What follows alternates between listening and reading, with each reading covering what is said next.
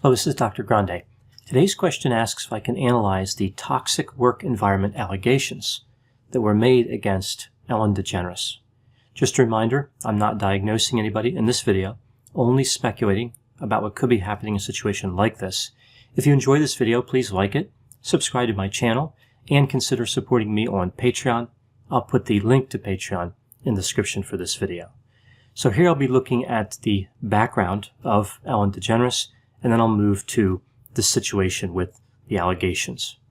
So, starting with the background, Ellen Degeneres was born in 1958. She was raised in Louisiana and spent time in Texas growing up.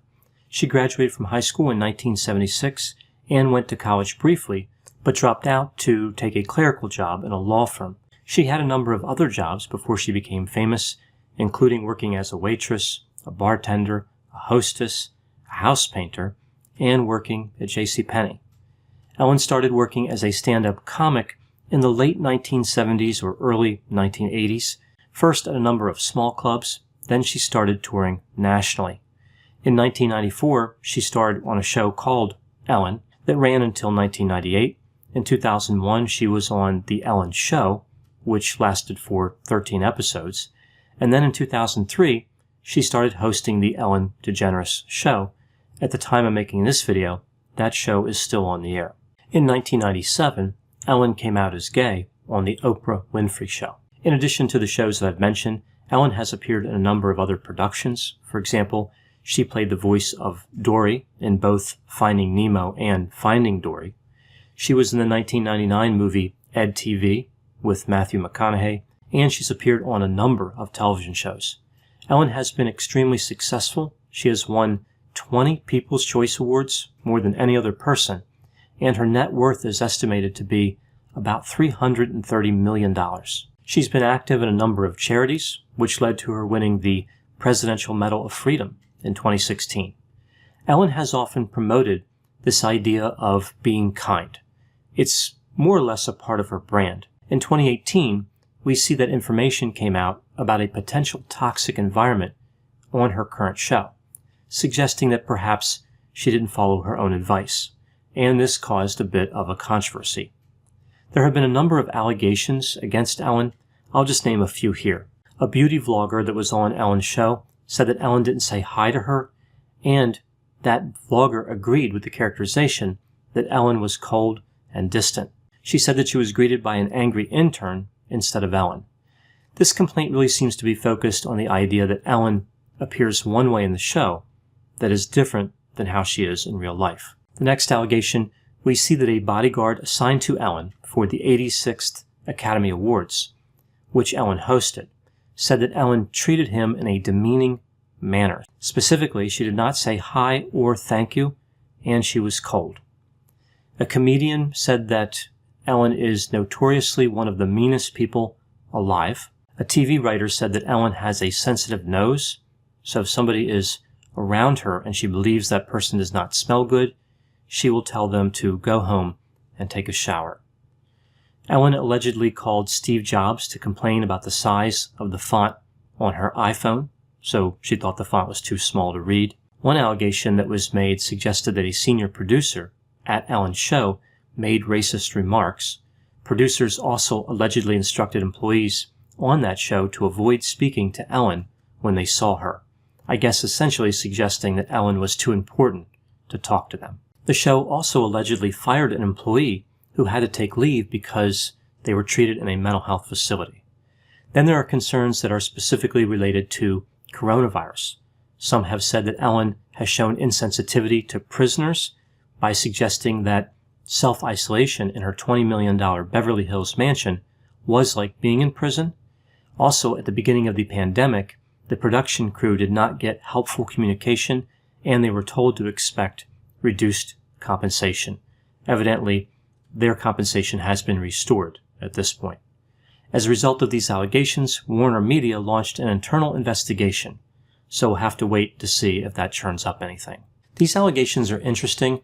Some are not really made against Ellen, but rather against the producers, as I mentioned. The producers didn't communicate well, they made racist remarks, the producers told people not to talk to Ellen, all of those. Now, the people making the complaints are saying Ellen should be responsible for the producer's behavior. I can appreciate this argument, but at some level, somebody in Ellen's position does have to delegate responsibility. There's no way she can know about everything that's going on. I think one could make a better argument that now that these complaints are out in the open, Ellen needs to take responsibility and do something to fix the situation. Other allegations, of course, are made directly at Ellen, but not all of them really seem that bad. Like not saying hi or thank you. I agree that that's impolite, but if in fact she did fail to say those things, do those failures really rise to the level of a scandal? I think what it comes down to for many people is not so much that Ellen is some type of horrible person, but rather she seems hypocritical due to the fact that she promotes the be kind message. If she had only selected the less popular be mean message, she would be fine now. With this in mind, a question I've heard a few times related to the situation is this. Is it possible that Ellen has adopted the appearance of one personality profile when it doesn't match her true personality? So to break this down, I will look at the two personality profiles that people are referring to here. The one that she projects would be high openness to experience, mid-range conscientiousness, extremely high extroversion, so friendly and outgoing, assertive, high agreeableness, so trusting and altruistic, and mid-range neuroticism, so not really that angry or anxious. Now, the other personality profile are the ones that the allegations seem to point toward. The change seems to be contained to just two of the personality traits. Instead of high agreeableness, we would see low agreeableness, and instead of mid-range neuroticism, perhaps above average neuroticism. The theory is essentially saying that Ellen may be narcissistic, and she covers that up in her public persona.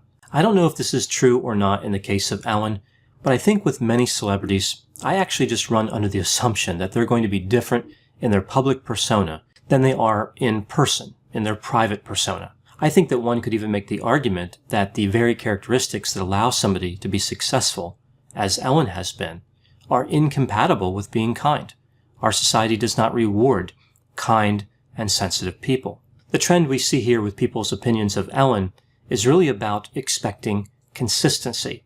It angers people if other people are not the same way all the time. When people talk about hypocrisy, they often assume one direction. Like Ellen is truly mean, but she acts nice. But what if she's truly nice and she's acting mean around her staff? I have to wonder if this trend is really dangerous or helpful. Why is it that people expect someone who has a nice public persona to be nice to them, but they don't expect everyone who has a mean public persona to be mean to them? For example, if we look at an actor like Keanu Reeves, he's been in a lot of movies like Speed and the Matrix movies. He is known for being down to earth. He goes to restaurants without a reservation. He talks to the people around him. He's extroverted. He's friendly and outgoing. Are those people around him disappointed because he doesn't act like John Wick, like pulling out a Sig Sauer P320 and a Glock 34 and starting to shoot at them? I would think behavior like that would be frowned upon, but at least he wouldn't be a hypocrite. If Keanu Reeves is the exception to the rule, then why are people so surprised by Ellen? So summing everything up, toxic work environments are quite damaging. Therefore, if the allegations are true, I hope the conditions are addressed. At the same time, perhaps for some of those complaining, for example, those who were mad because Ellen didn't say thank you, it may be worth exploring the idea that sensitivity is not always useful. Somebody can be too sensitive, just like somebody can be not sensitive enough. If someone had an alarm system in their house that was so sensitive that when somebody pulled onto the street, it went off, they would recalibrate that alarm system to have a lower sensitivity rather than yelling at the person driving by in their car. The problem with high sensitivity is that someone is in a constant state of feeling badly. One of the things that I've noticed lately about popular culture is this idea that degrees of offenses is gone, right? There are no degrees to offenses. Everything that somebody does is bad to the same degree. I've talked about this before. It's like dichotomous thinking, the idea that people are all good or all bad. It worries me when the reaction to a person's failure to deliver a greeting is not distinguishable from a reaction to a serious crime. Sometimes it's a good idea to step back and try to gain perspective. So those are my thoughts on the Ellen Degeneres controversy. Please put any opinions and thoughts in the comment section. They always generate an interesting dialogue. As always, I hope you found my analysis of this topic to be interesting. Thanks for watching.